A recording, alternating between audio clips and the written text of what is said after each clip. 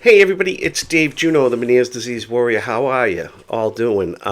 Happy Friday. Hope you're having a fantastic Friday. So, as usual, I saw some posts that people asking about surgeries. One person saying, why shouldn't I get this specific surgery? So, I figured, you know what? This is probably going to be a good time to make a video. So, let's talk about the surgeries. Before we get started with surgeries, first off, I want to talk about going bilateral. Okay, some people are diagnosed bilateral. Okay, off the start, so there's really no issue there. The other thing is that can you with Meniere's disease can you have it in both ears? The answer is yes. The percentage of it, from what I've heard, for the most part, there's a bunch of different researchers on it, but they're all within 5%. What I've heard and seen from my own research is 80% won't go bilateral, 20% will. Now that can be as high as 85% won't go bilateral, 15% will go bilateral, and it can go down to 75% will not go bilateral, and 25%, okay, will go bilateral. They'll go in the other ear. It's even if you don't have a surgery, there's always a chance you're going to go bilateral. Okay, so whether you're determining whether or not to get the surgery because you might go bilateral, that's the trick, and that's something you really need to talk to your doctor about. Because when I had my labrythectomy in 2019, I had a couple of good years. Very little dizziness, no vertigo. Dizziness, off balance, yeah, because your balance system's still affected. The only thing that these surgeries really do is stop the vertigo. They don't do anything else. So, yeah, I had a couple of good years up until probably the last year and a half. It started again, and I got diagnosed in the right ear. I had labrythectomy in the left, diagnosed March in the right. I knew there was a chance I was going to go bilateral. I took the gamble anyways. I'm a gambler.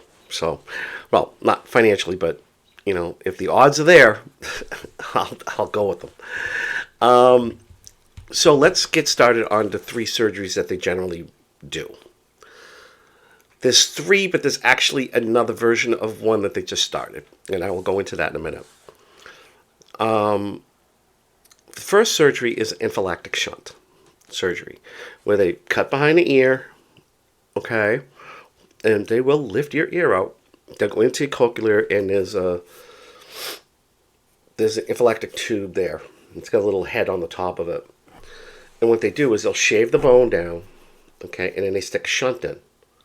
So the fluid will drain out, and it won't cause the swelling in the cochlear and cause you to have vertigo. That is the first thing I think most doctors offer to do, because it's like one of the easiest ones to do. And there's not a lot of damage. You don't have a lot of hearing loss. Sometimes you can regain some of it with that surgery. And generally, that's pretty common that they do that now. The next one is called a VNS surgery, vestibular nerve resection surgery. And that one's a little trickier. They don't go behind your ear. They kind of go like that. And basically they do their thing, and they cut the vestibular nerve. Now, here's the risky part.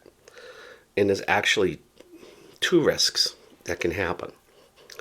One is, here's your vestibular nerve. Here's your acoustic nerve. They ride right on top of each other. It's very tricky to separate those nerves and then cut the vestibular. And sometimes they might nick the acoustic nerve, or have to cut it all in general because the nerve is so intertwined that you will end up being deaf in this ear. Okay? Even if you had hearing in it before, there's a chance you might not.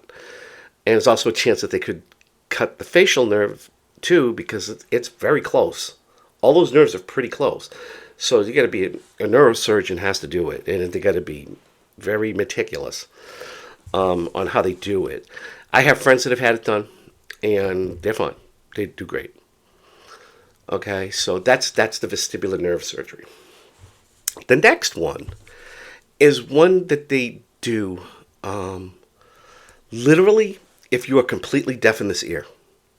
Let's say in either ear, but if you're completely deaf, like I was in this ear, I had like maybe 5% hearing in my left ear at that time.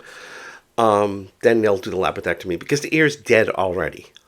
Okay, it's dead. You can't hear. All it's doing is causing you vertigo. So they go in and they do a labrythectomy. And basically the same as the anaphylactic, they cut under the ear, they lift it out, they go into where the cochlear is, and basically destroy it, is what they do.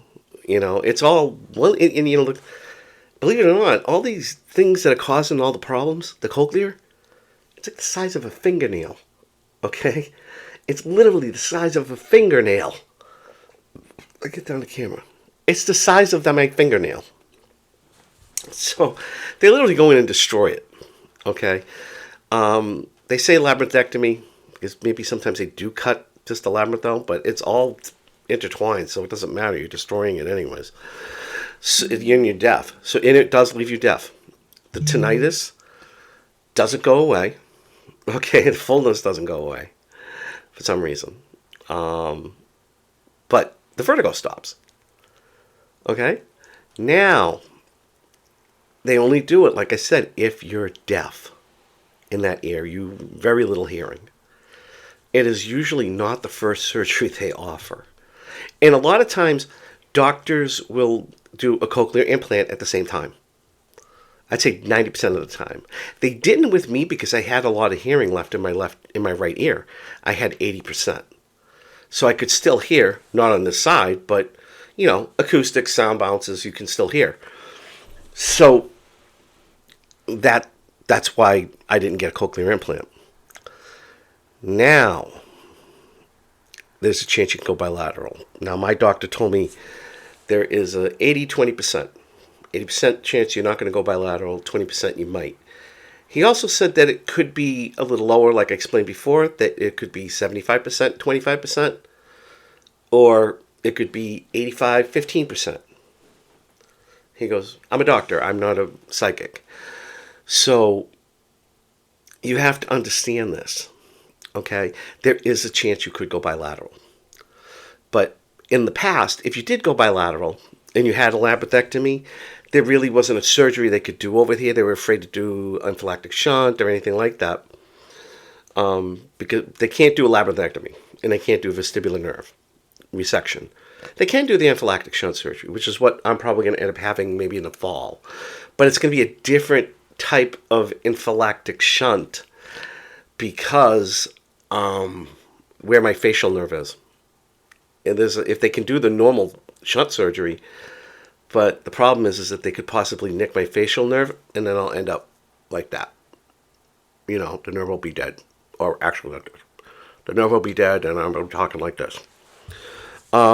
Which it's not to make fun of anybody. And true story, one of my cousins did have an acoustic nerve tumor on the nerve, vestibular nerve. I don't know if it was vestibular or audio, vestibular nerve. And they did make a mistake and cut the facial nerve, and that's what happened to her. And they actually cut the facial. I believe they cut the facial, the vestibular nerve, the audio acoustic nerve, and the facial. So, there's a risk of it. And I still love her. She's a great, great person. I love her to death. But, these are risks that you take when you're having a surgery. So there's a new way of doing it. I can't really remember what it is, but instead of going in and putting a shunt, they drill little holes by where the nerve would be, where my nerve is. They would go above it, or they would go below it and drill holes in that part of the tube, the thing, and not put a shunt in. But they would drill holes to relieve the pressure and things like that. And I'd probably have to have the surgery every few years, but I don't care. So and I can't remember what the name of that surgery is called, but she said it's similar to the anaphylactic shunt, except they don't go up into the way up to the top where they normally do. It's usually down the bottom, so we don't hit your facial nerve.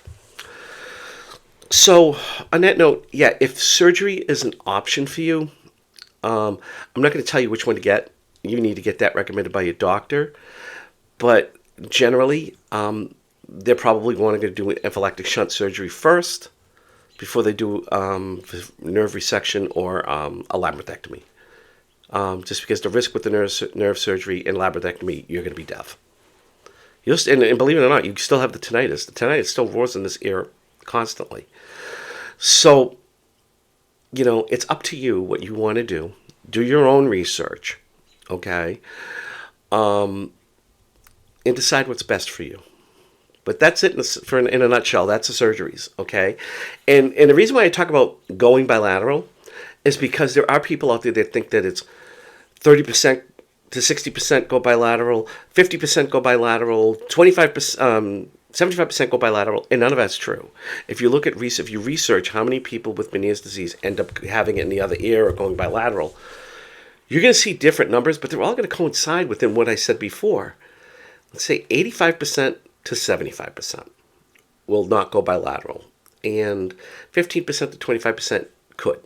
So, the odds are that you won't go bilateral. And that's the thing you shouldn't be worrying about. The odds are that you won't go bilateral. And if you do, then we deal with it as you go on, like I did. I just deal with it, And that's the thing was, I know a lot of doctors say that, hey, you got to deal with it the rest of your life. Well, they're not lying. You really do, But part of that is dealing with a good doctor who's willing to treat you, willing to try different things, willing to, go the extra mile for you. So, because really, you're a team. It's the doctor and you and your partners.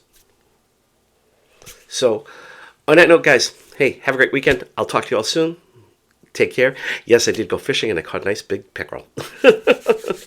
So, on that note, guys, hey, have a great time. Talk to you later. Bye.